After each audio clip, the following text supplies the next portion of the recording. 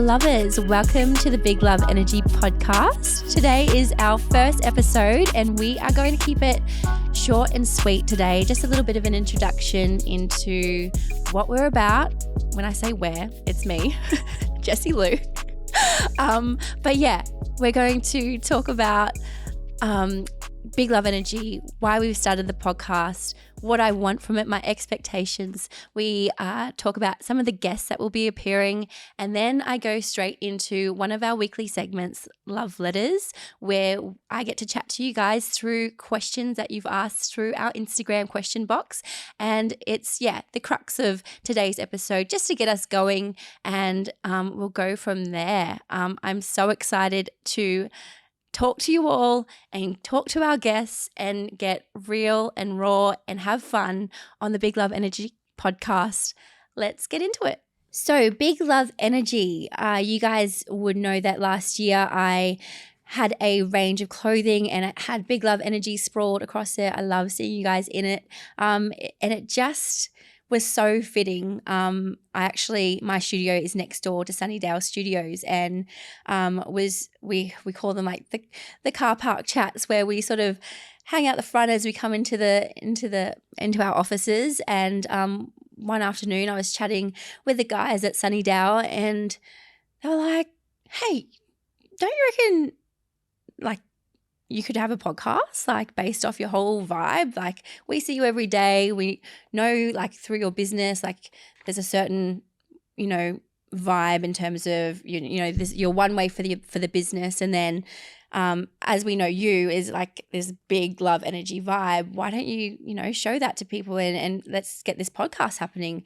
And for me, like it's just a dream come true, because whilst I am a focused boss biatch most of the time, I had this real quite clowny, loopy side that I've been dying to share. And so that's how this came about. We were like, let's just bring that energy to a potty, talking about real life stuff, and we've got like some amazing segments like planned for this whole thing that will be a lot of fun for you guys to get involved, and our guests. We've got amazing guests, including my bestie of over 20 years, Brooke Evers, the amazing DJ, model, mum, like just powerhouse. She's just divine, and we're going to talk all things from the past, talk about what she's going through now as a mum, and just our friendship, and delve deep as well. So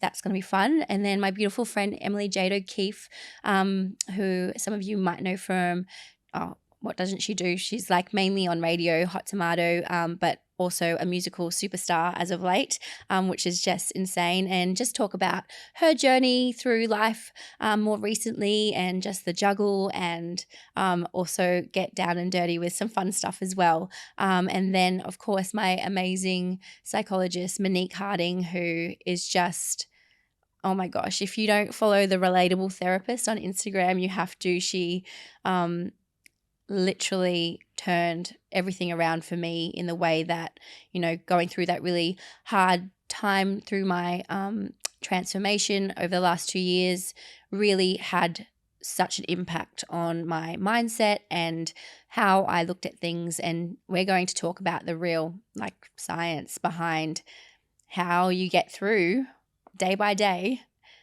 shitty times. And it quite often isn't as scary as it, may seem. Like it is quite simple. It can be quite simple. And it can be as, for me personally, like it took not as many sessions with her that I thought it would to get out of the rut I was in. And I just, it can be so scary approaching something as as full on as therapy. But for me, I'm the biggest advocate for it now, because I'm just like so grateful that I was able to go to those deep, dark places in order to come out the other side. And I want that for anyone who's going through that hard time as well. So I'm so excited to have her on and just chat about, step by step, day by day, what you can do when you're going through a hard time. Love letters. Love letters. This is the part where we get you guys involved. Each week, we will put up a questions box on our Big Love Energy podcast Instagram page, and you can get involved by popping in your questions, and myself and whichever guest I'll have on that week, we will do our best to answer them with love and realness, and just like we're having a girly and man chat about all things real and life and the juice. So I'll do my best to answer the ones that have come through from 2 weeks ago. We put up this question box. Last week we did record an episode. Some of you might have seen on my Instagram that I was so sick and we tried to record that episode, and after listening back we were like made the call that we would push it back a week. So these questions are from 2 weeks ago, so thank you for everyone who sent a question in. The first question is, who is on your guest wish list for the podcast? I have actually gone to answer this 3 times. And each time I talk to the producers and say, my answer is really boring, because you would think it'd be someone as like fabulous as Beyonce. And I'd love to say that. But to be honest, like my idols are Glennon Doyle and Oprah. So they're both easily over 50. But I think both super interesting. Like I love women. I love championing women, but like I don't really, I'm not a huge I don't religiously follow anyone on Instagram or delve too far into that that world of like really, like I'm so just in my world at the minute that I just sort of lean on those. I love Glennon's potty, We Can Do Hard Things, and obviously her book Untamed changed my life. So when I'm seeking inspiration and trying to find a voice to listen to, I often lean on her podcast. And so she would be an absolute dream. And apart from that, I listen to music and just sort of stay in my own lane really. But my top 2 guests would be Oprah. Funny story. When I used to commute to Brisbane in my job before Louis Lux, I was working in events and driving to Brisbane every day, stuck in that M1 crazy traffic. And one of my girlfriends who I used to commute with and carpool with, she was like, I was coming to the end of that job because I was really starting to think I need to do something more more creative. I'm losing my mind doing this commute, trying to race back and pick up Jace before school pickup. And she's like, you should definitely do, like, you're so creative with your cooking and your inspo stuff. Like I was already 9 years ago, I am who I am. So I was already like that back then. And I was like, literally my dream is to be like a mix of like Donna Hay and Oprah. And she wrote to me not long ago, 8 years down the track, and I'd forgotten about it, but she wrote to me and said, do you remember what you said in the car that time, that you wanted to, go forth and be like Donna Hay and Oprah? You're doing it, mate. Like, look at your page. Like, you're cooking and you're sharing like wisdom and real life shit, and you're on your way. So when I talked to the producers about that whole vibe, we sort of coined this term Dopra, which I'm not mad about. I like that.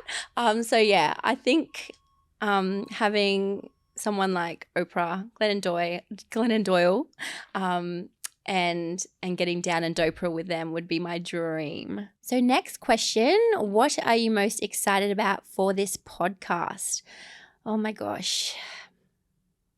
Yeah, I am so excited that finally I'm going to have a voice and a platform that truly reflects everything that I'm about, that I've been through, where I'm free to be me. I've only felt free the last year and a bit as I went through everything that I did, coming out the other side. So I'm super excited to just be me on this potty and not hold back, this is the first episode. I hope you can forgive me for my nerves, but I definitely feel as time will go on that we're going to have a lot of fun, and I'm excited for that. I'm all about fun. The next question, what started your creativity? Lovely question. For me, it's always been a part of who I am as a child growing up in a turbulent household, and it's not the episode to go into that today, but we will touch on that in future episodes. Those moments where I really lent on art to sort of get me through hard times, and that just became a constant in my life. Every time I was going through something rough or sticky, I would turn to art in any form of expression, whether it be dance or poetry or just getting lost in music. I'd always find ways to express myself, and I've not stopped really. So my favorite quote of all time is by Meryl Streep, and she voiced it in her Oscar speech. I can't remember what year it was. It wasn't too long ago, but she said, "Take your broken heart, make it into art." And for me, I just went, oh my goodness, that's where it's at. And I can't relate anymore. It's what I do. And so, yeah, creativity for me just comes in those moments where I'm just feeling the feels, or I've done like an epic workout and I'm like, I love life so much, or I am just, sad, and it's my form of journaling. It's like literally my life on paper. So that's why it, holds such a special place in my heart. And so through my business, when people connect through it that way and say that, a certain poem I've written or a piece of art that I've done or a tattoo I've created means the world, it is a full circle thing for me. So I never want to stop doing it. And I'm very grateful to live a creative life. Okay, next question. What was your biggest aha moment when working on your mindset and personal growth? Okay, aha moments. I feel that's an Oprah term. So this is good. Thanks for this question. Aha moment, definitely working with Monique in those early stages of, the last 2 years. We went deep into inner child work, and that for me was a game changer. I just needed to give that little girl a massive big hug and just take the reins from her. And that for me was just a turning point. And it gives me shivers. Like, I wrote a poem about it, obviously, but in terms of just being able to say to that little girl, and you do talk, like when you do this sort of work, you talk to that child and just say, you know what, you've been scared for so long, but you're grown now, and I've got you, and I'm strong, and we've been through all these things together, and you don't need to be scared anymore. And that for me was just like, oh, hallelujah, let's go, let's move on. I think that, and just I went and saw a psychic, and that sounds super woo-woo, but I swear to goodness, all that stuff matters, because when you're reaching out for little signs and guides that you're on the right path, when you've made such a big decision in life, you just like, give me a sign that I am on the right track. And all those things, those little bits of healing and taking the steps to, go after your overall health and goodness, like in many facets, they all count. So in terms of like my personal growth and mindset, like it was all the things, it was all the little things, and it was the little rituals and every day that just all added up. But if you're going through it, I think, I say this all the time in my stories, it's just like all those little things add up, rituals count. To answer your question, my biggest aha moment was definitely that inner child work, and then just a general collection of other things that helped me along the way. Next question. These are great. Thank you for sending these through. How did you find the courage to start again with young children? Yeah, courage. It was scary. I definitely think that I intuitively sort of went, even though I was feeling feelings of like restlessness long before I did anything about it, I was sensitive to the boys' ages. And I just, when you're going through, something as significant as a separation, and leading up to it, you're having all, there's so many thoughts. It just doesn't happen overnight. There's a lot that goes on. And then for me, it was just I had to just trust the timing.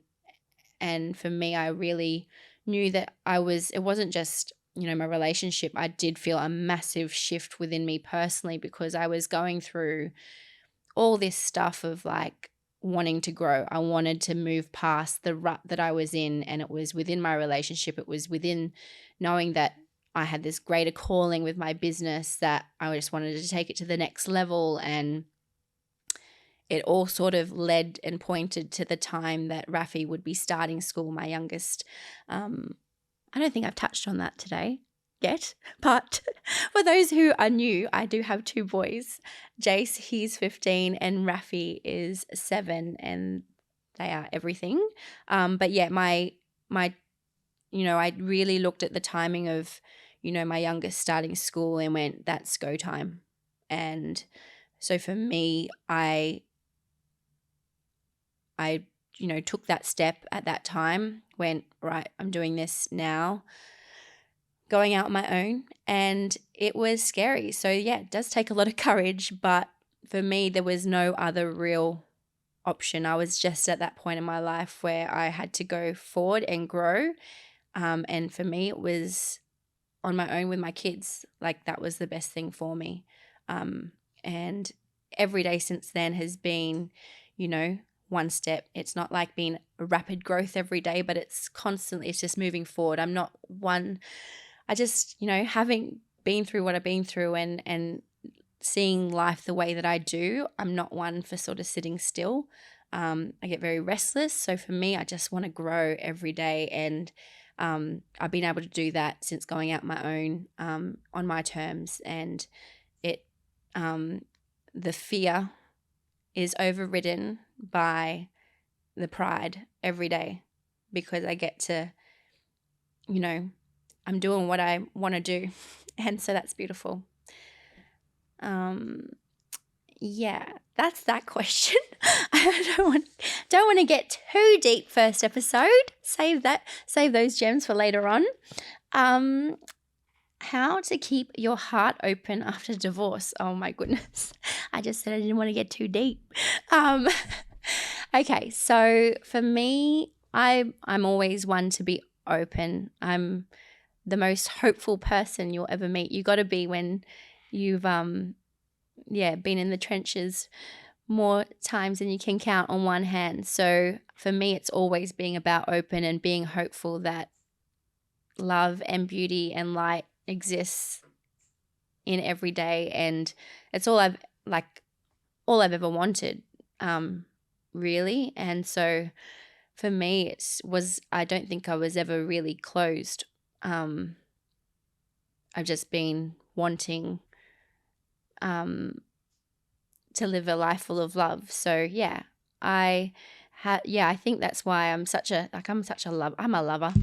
That's literally my whole, it's all tattooed all over me. I've got it tattooed twice on my arm. So I think, to answer your question though, how to keep your heart open after divorce in a general sense, if you aren't just a hopeless romantic life lover like I am, I think you've got to follow your intuition. Like, if you do feel like being closed, then be closed. Like, do what you need to do in order to grow and move forward at your pace. And you'll know when you're ready to be open to love, and open to just connecting with people again, and just do the things that make you light up and make you happy, and focus on yourself.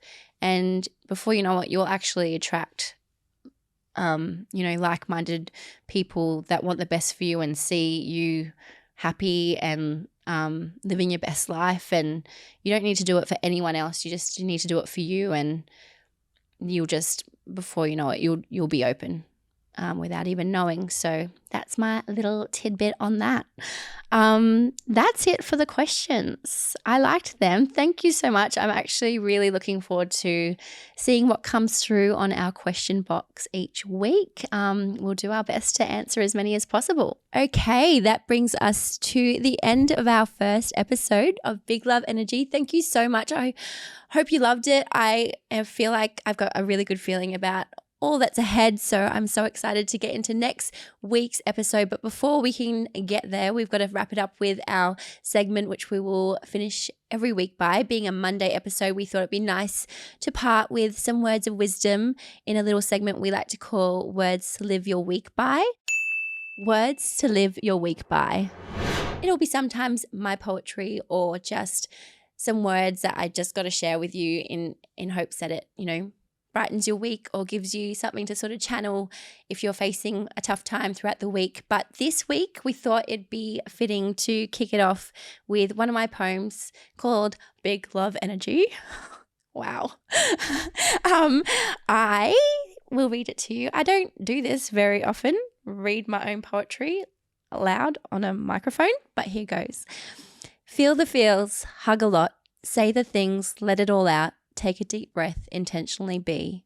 Take time to be still. Take time to dance too. Set your heart on fire, set your soul free. Life is short, live big, love hard. Surround yourself with good people.